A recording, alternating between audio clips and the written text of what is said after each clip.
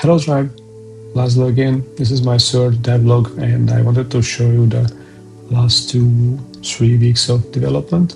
A lot of small things and just fine-tuning and some bug fix which we saw together, bugs in the last two videos in the playtesting parts, such as the Baron Harkonnen issue that's finally fixed. So let's dive into the details. Start with the new collection panel.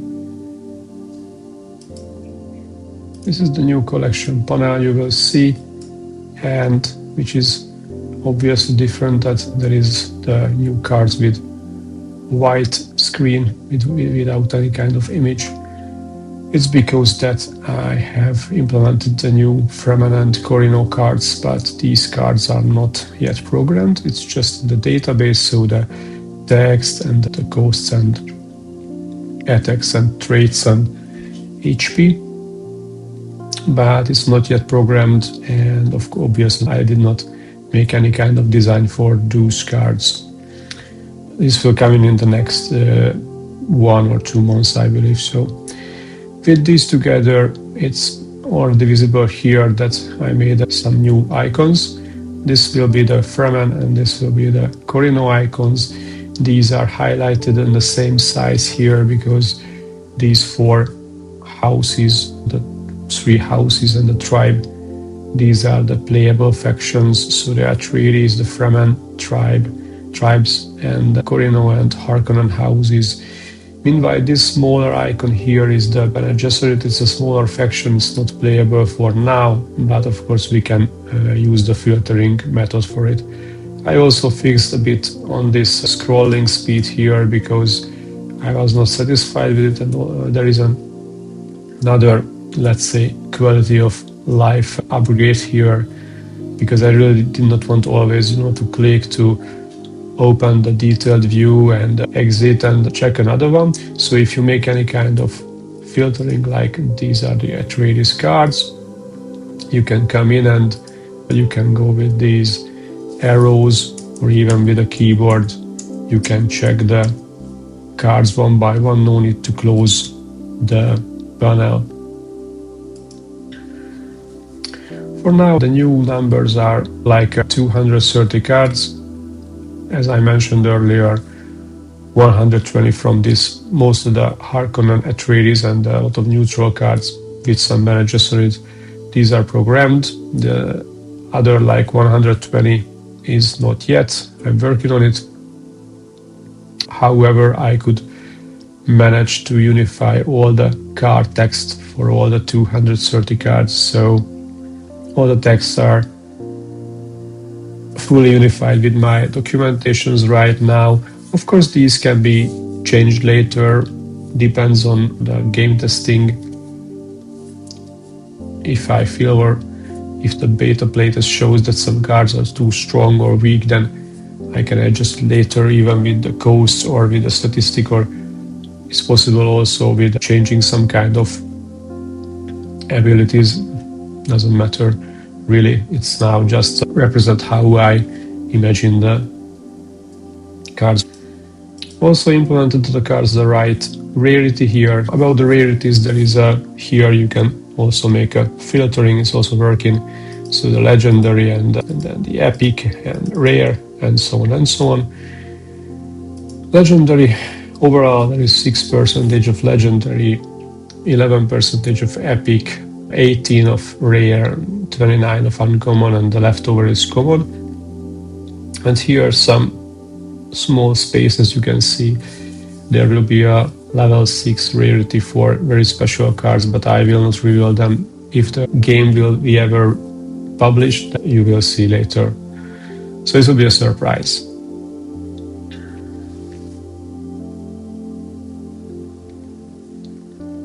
Some things about the deck creation.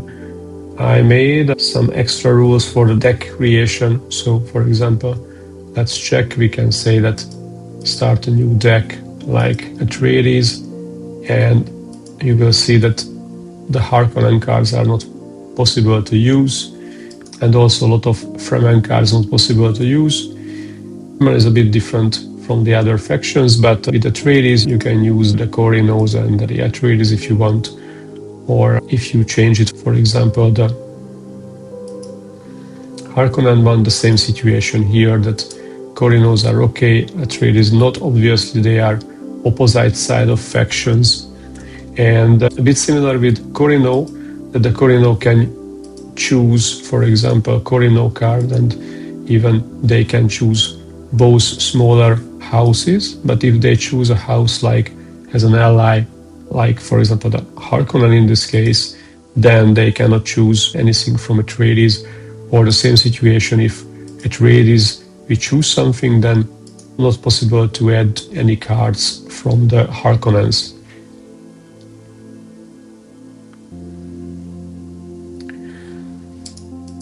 Last one, but not least, the Fremens. The Fremens possible to choose their own cards, and there is one card in the Fremens, Leonice, who is also Fremen Corrino, and this is the only card which we can choose in a Fremen deck, which has a Corrino tag. Every else Corrino is forbidden for us as a Fremen, and same with the Corrino. So I was thinking about this because they are not like an opposite side of factions, but something which is very, very far from each other. The Emperor never will care about, based on the story, some kind of, common people, some tribes and such barbarians from their point of view. And of course the Fremens will never care about the Corrino house, and they will never care about that formally they are ruling the universe. So that's why I made this kind of deck creation rules. And one more stuff for this, that the Fremens got a lot of intrigue cards. These were the spells here earlier, so these are the intrigue cards. Fremens got a lot of intrigue cards because intrigue cards got, let's say, a secondary subtopic. Here you can see, for example, it's an economy card. This is war cards, all war cards. Why is this important? Because I wanted to represent that there are some kind of cards. Oh, geez. Let's show like this. So for example, the chair dog, some kind of card like this, which is connected to the society of the Dune. This society is the Faufreluch Society. That was the special name. I hope I pronounced it well. That was a special name in the books. And all the Faufreluch cards are, which is connected to the Society of Dune, is not possible to choose by the Fremens. In exchange, they got all special intrigue cards, and of course those intrigue cards are forbidden to use for another decks, which is not a Fremen deck. So we can see this here, for example, a Fremen deck. We cannot use these kind of cards. Why is this? Let's say, for example, the poisons. Poisons cards is not a society card, but not Faufreluch, but still they don't care about it. Poisons based on the books. Or another one, for example, CHOAM CEO card. Obviously, Fremens will not care about. They're not part of the CHOAM organization. They cannot be the CEO of that, and other stuffs like this. So Emperor Texadens, they don't care about that, what the Emperor says in general. So that was my basic thinking and the logic how I made this. Let's check another things here. As you can see, here is the locations. This is a new type of card. Locations will be on the field, use a slot for 2, 3, or 4 turns and give you some advantage. Equipment, obviously the weapons and other upgrades you can put on a character, and secrets is obvious, I believe so. And here also the unique and non-unique, which is representing also on the card with the worm, and means that unique card you can use in a deck only 1. Meanwhile, from the non-unique card you can use 2.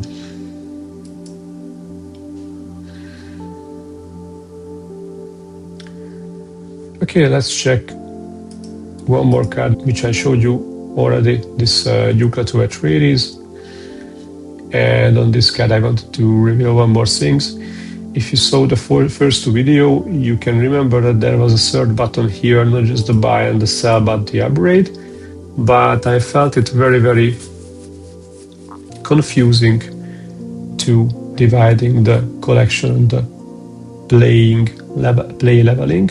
So that's why I decided that the collection-based leveling is going out from the game for now, and the leveling is staying in the playing part only. I wanted to share a few thoughts about this card because, as far as I remember, I mentioned this earlier, that I'm very keen about the books and how I imagine the story based on the books.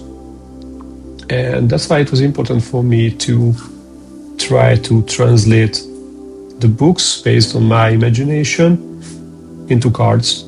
So I tried to use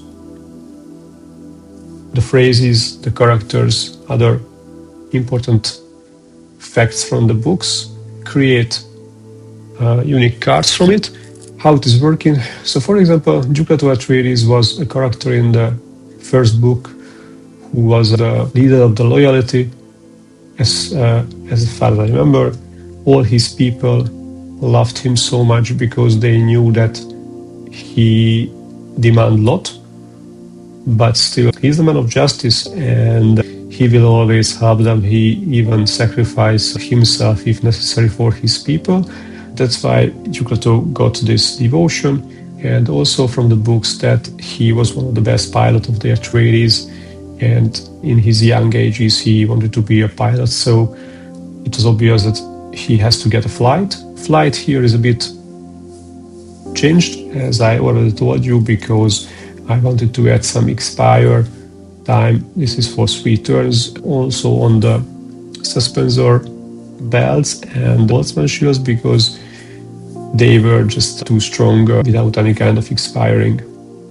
On deploy is just all other friendly Atreides board characters gain 1 level, and the level 4 ability, which is the revenge, it means that if someone is attacking Duclato and kill it while he's defending, then because of the revenge the attacker will also die. I wanted to represent with this the tooth, from the books, so he has an option as a revenge, kill 1 more character at his end of his lifespan. In the story Piter, but of course in this case it can be any character. Let's check on the battlefield. There is a few more changes here. You will see later that these are just starter decks full with mentats, no any normal cards there. I just wanted to see that how the battleground is working together. Let's try with this and Atreides Harkonnen original one. You can see that this is both without colors. Let's check another one to show the difference.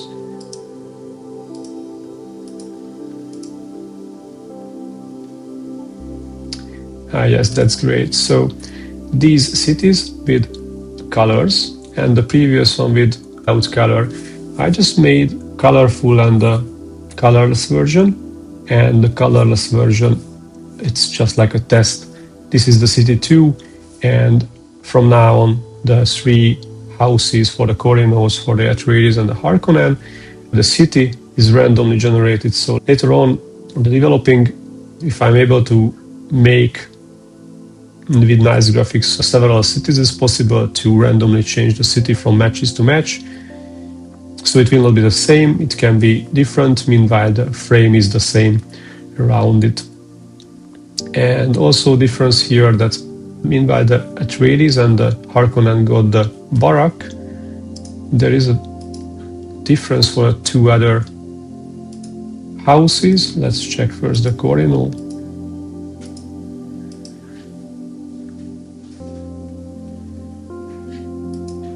So this building is different because I did not want to give them, the Corrinos, any kind of barracks. As you know that the Shardaukars are pretty strong in this universe, as you can see here, they starting with the generated infantry, a much stronger character. In exchange, there will not be any barrack because these soldiers are trained on the Salusus Secundus, on the prison planet of the Emperor, and they just arrive into Dune, so they are not trained here. There is no any post-training option. You cannot upgrade a barrack, they will not be stronger. Of course, if you use normal leveling up skills, the character will level up and get attack and defense as well. What is this in this case? This is a royal household. It's just some random 3D building picture here to show how this looks like. It helps on the balancing the costs of the Corrino cards, because when I realized that I want to make some kind of difference between the infantries, the level of the infantries, I knew that I will need something for balancing this. And the balancing was that meanwhile the Sardau cards are much stronger than any other starter infantry, the Corrino cards are coming with a much higher cost. And there is a building, this one, this royal household, which if you level up, it will reduce the costs of the Corrino cards on the level 2 by 1 and then on the level 3 with 2. And that's it. Almost same mechanism is happening with the Fremens, but it's a bit different. Let's check. Okay, this graphics obviously is not cool. It's far from the final. It's just representing that it's different kind of cities, so Fremens will always get some kind of siege image. This is like a different building. Their own character is also very strong, the Fremen warrior. These two small characters here, they are the turret now, and here is the silo and the harvester together. And this is the wind trap. So they will also not have got barrack or armory. You will not able to, with normal hero skill, leveling up your characters. Of course, the normal leveling is still working on the Fremen characters as well. Meanwhile, the wind trap helps you to give you some kind of water, which you can see here, and from turn to turn you will get more water. Why is this important? Obviously because some of the Fremen cards need to use some kind of water forecasting. Let's check how this looks like in the collection. So for example, here is a card which is maybe use the most water. It's a 6 water forecasting and of course 12 spice. The tribe is wandering to new CH, so it's a latent game card when your CH is just damaged so well and you just restore it fully. It's a very strong card, but of course it's a pricey one. One more thing maybe which can be interesting, that let's check this.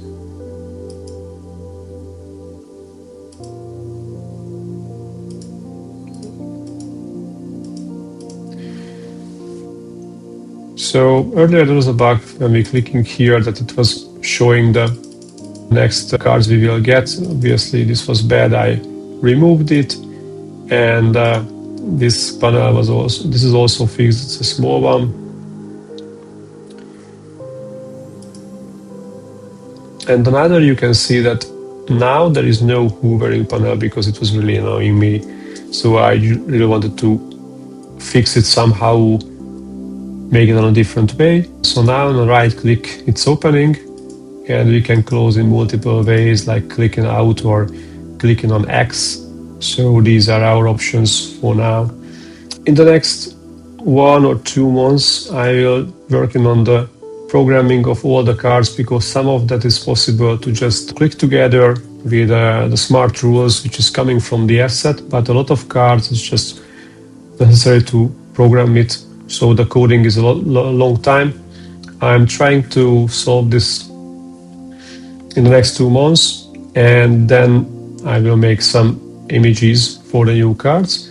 And then all is done, and it's working more or less without bugs, then the next step will be to build a small server behind this and create a version for playtesting.